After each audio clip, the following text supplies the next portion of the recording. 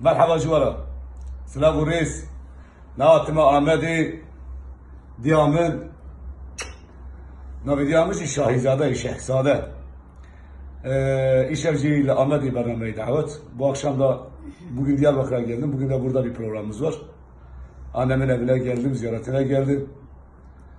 Kurban Yakup'um, canım annem. Ana selam gibi de. Selam buraya vara. Xudey vakışa be Parizine. Allah hepinizi korusun. Amin inşallah.